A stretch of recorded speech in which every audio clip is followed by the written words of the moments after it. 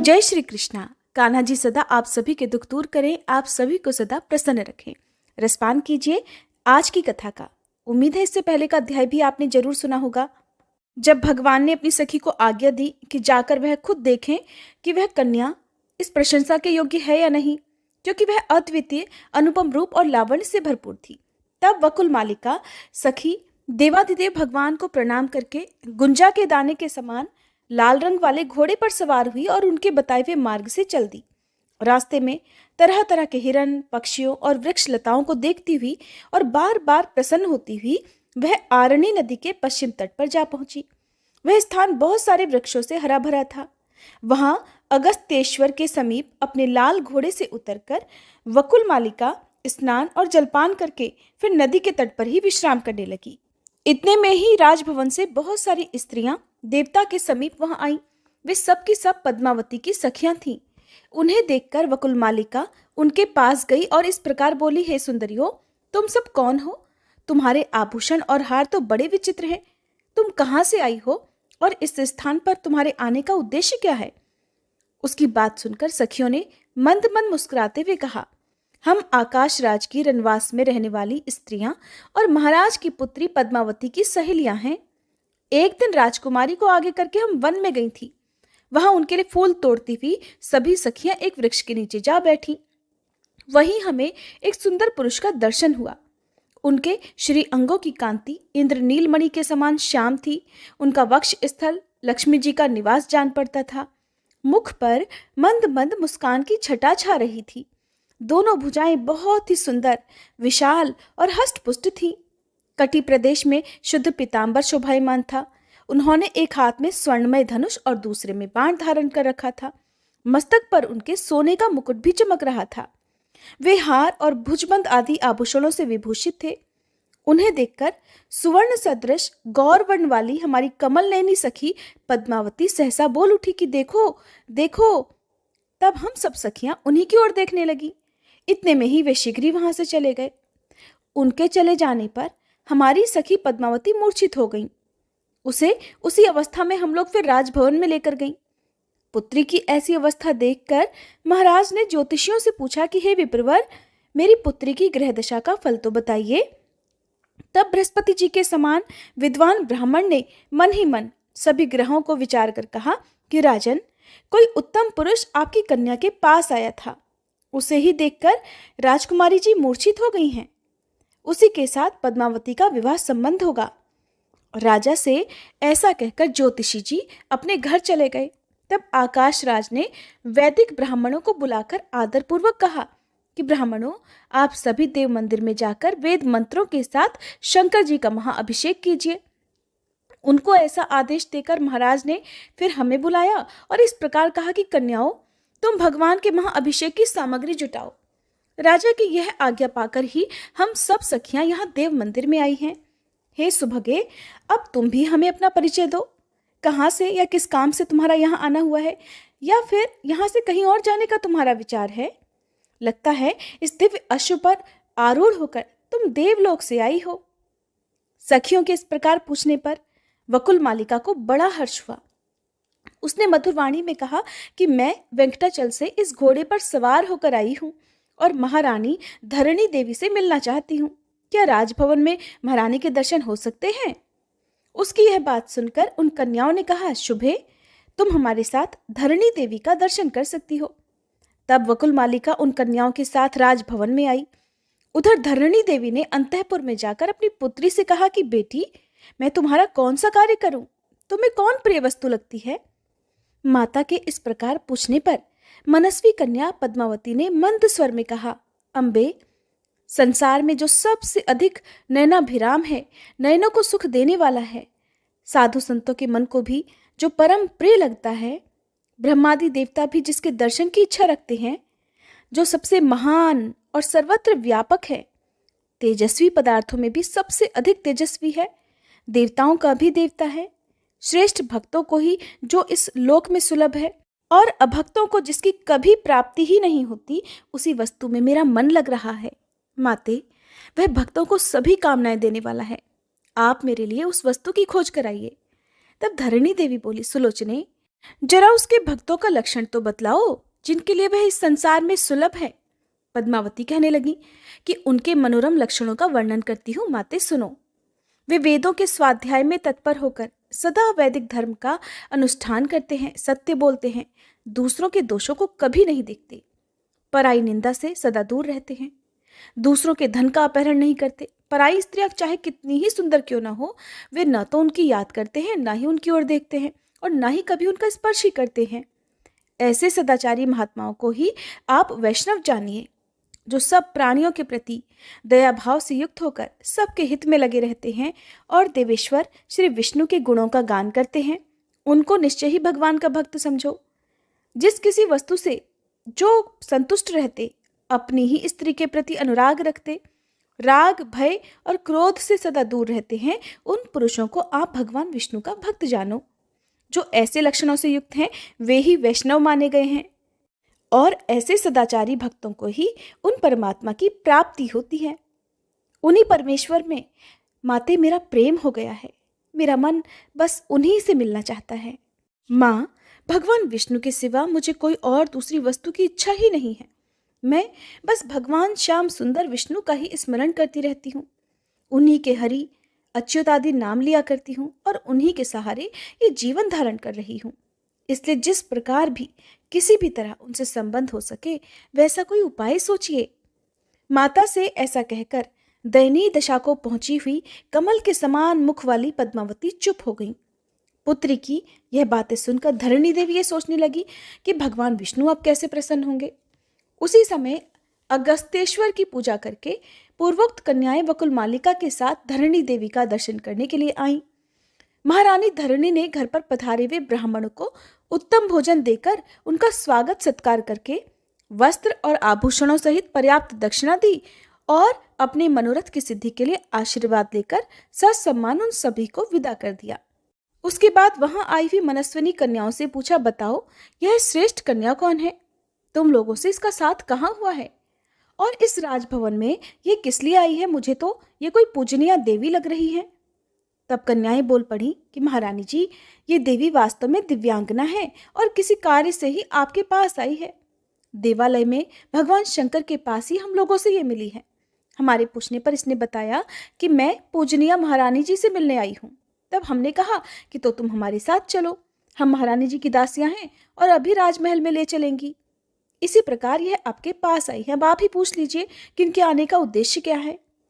तब धरणी देवी ने पूछा कि तुम कौन हो और कहाँ से आई हो? मुझसे तुम्हें क्या काम है? सच सच बताओ। तब वकुल मालिका बोली, महारानी, मैं वेंकटाचल से आई हूँ। मेरा नाम वकुल मालिका है। हमारे स्वामी भगवान नारायण सदा श्री वेंकटाचल में निवास करते हैं। एक दिन वे हंस के समान श्वेत और मन के समान वेगशाली अश्व पर सवार होकर वेंकटगिरी के पास ही वन में शिकार खेलने के लिए गए और एक वन से दूसरे वन में घूमते हुए आरणी नदी के तट पर जा पहुंचे। वहां घोड़े से उतरकर वे नदी के सुंदर तट पर घूमने लगे। उसी समय उन्होंने फूल तोड़ती हुई कुछ सुंदरी कन्याओं को देखा। उनके बीच में एक तनवंगी कन्या भी थी, जो लक्ष्मी जी के समान ही स्वर्ण गौरी और अत्यंत मनोहर थी। उस कन्या के प्रति भगवान का मन अनुरक्त हो गया, मोहित हो गया। उस कन्या को प्राप्त करने की इच्छा से फिर श्री हरि ने उन कन्याओं से पूछा कि यह सुंदरी कुमारी कौन है? कन्याओं ने उत्तर दिया कि महाबल, यह आकाश राज की कन्या है। इतना सुनकर वे घोड़े पर सवार हो गए और बड़ी तेजी से अपने निवास स्थान वेंकटाचल पर जा पहुंचे।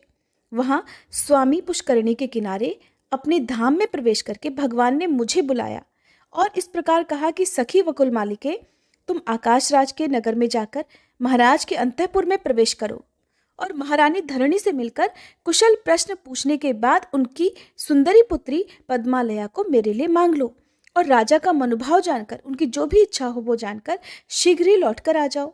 महारानी, भगवान की ऐसी आज्ञा होने पर मैं आपके महल में आई हूँ। अब आप मंत्री सहित महाराज जी से सलाह करके जो भी आपको उचित जान पड़े वैसा कीजिए। वकुल मालिका की बात सुनकर महारानी धरणी बहुत प्रसन्न हुई।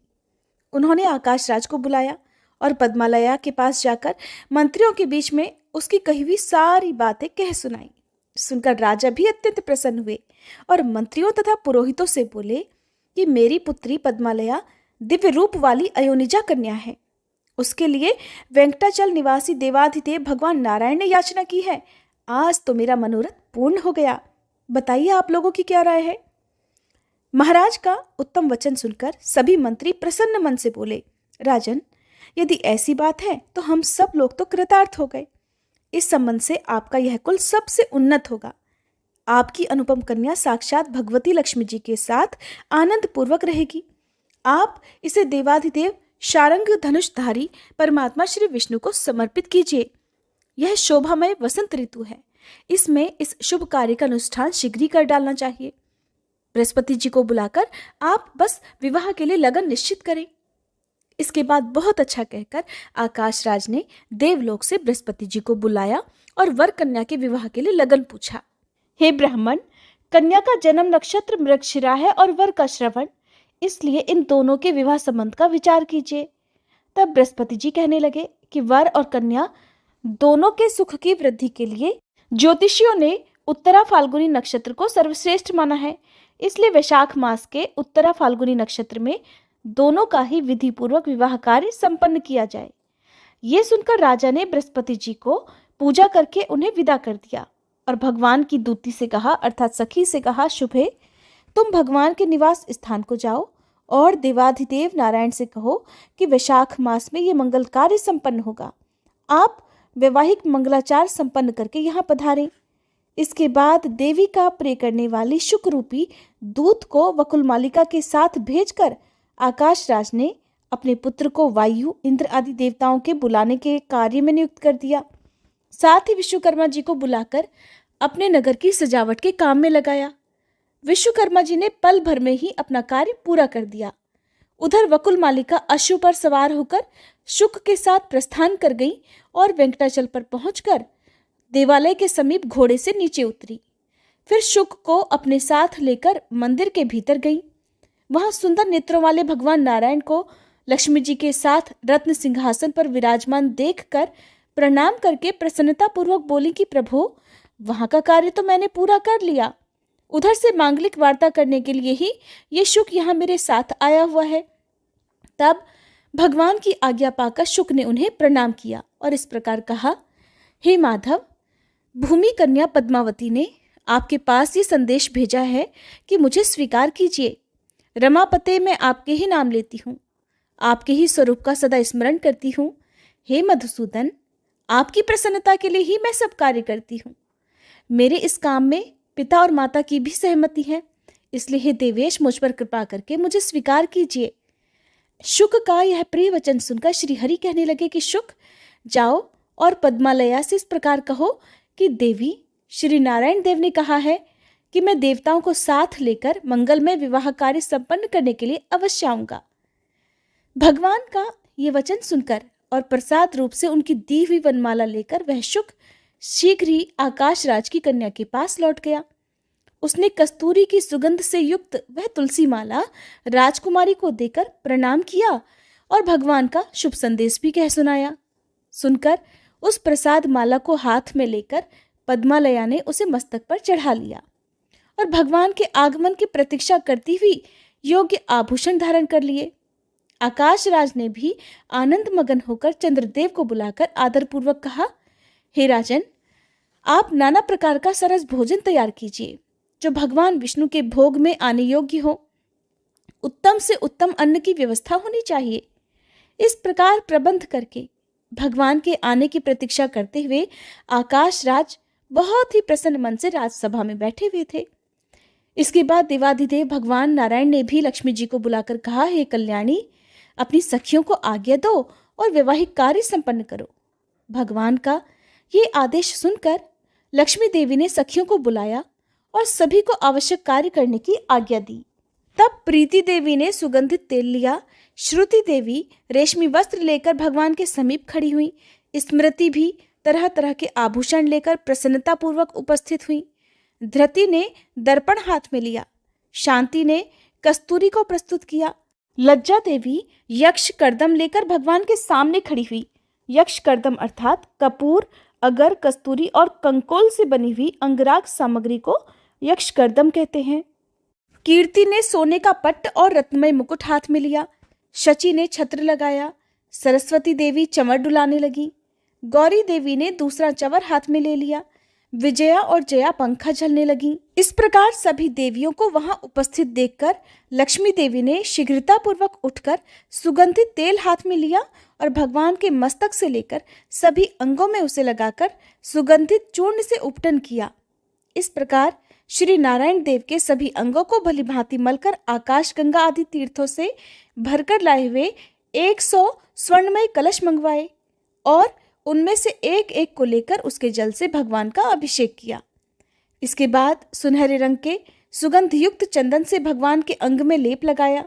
फिर उनकी कमर में रेशमी पीतांबर बांधकर उसमें करधनी पहना दी।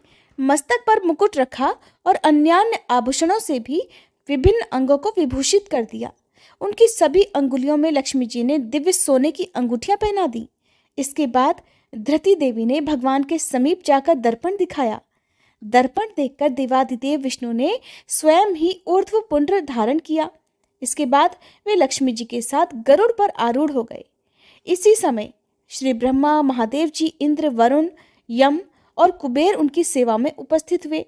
इन सभी देवताओं, वशिष्ठ आदि मुनीश्वरों, सनकादि मुनियों तथा अन्य भगवत भक्तों के साथ भगवान विष्णु नारायणपुर को गए। उस समय भगवान विष्णु के समीप देवताओं के नगाड़े बजने शुरू हो गए। मुनिगण वेद मंत्रों का जाप करते हुए भगवान के पीछे पीछे चल रहे थे।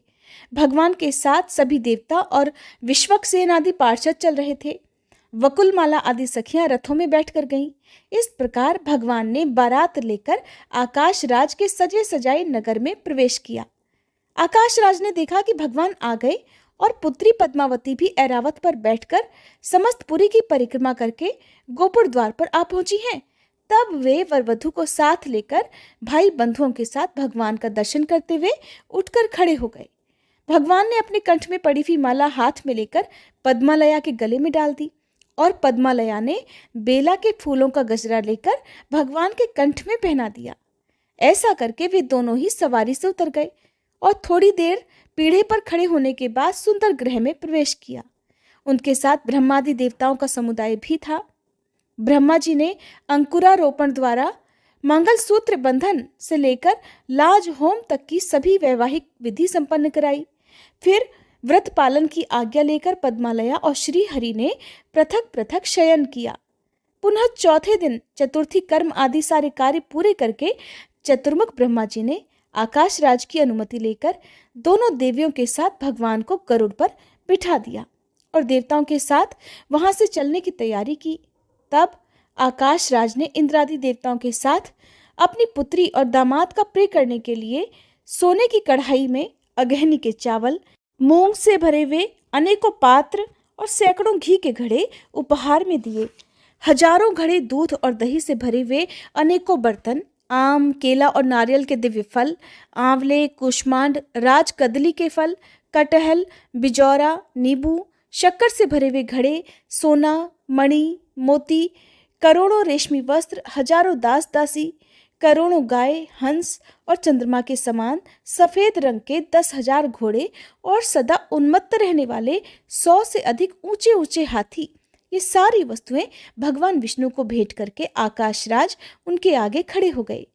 पद्मावती और लक्ष्मी देवी के साथ वेंकटनाथ भगवान विष्णु उपहार की भेंट की वह सब सामग्री देखकर बड़े प्रसन्न हुए और अपने ससुर से बोले कि हे राजन, इस समय आप मेरे गुरु हैं, आपको जो भी इच्छा हो मुझसे वर मांग लीजिए।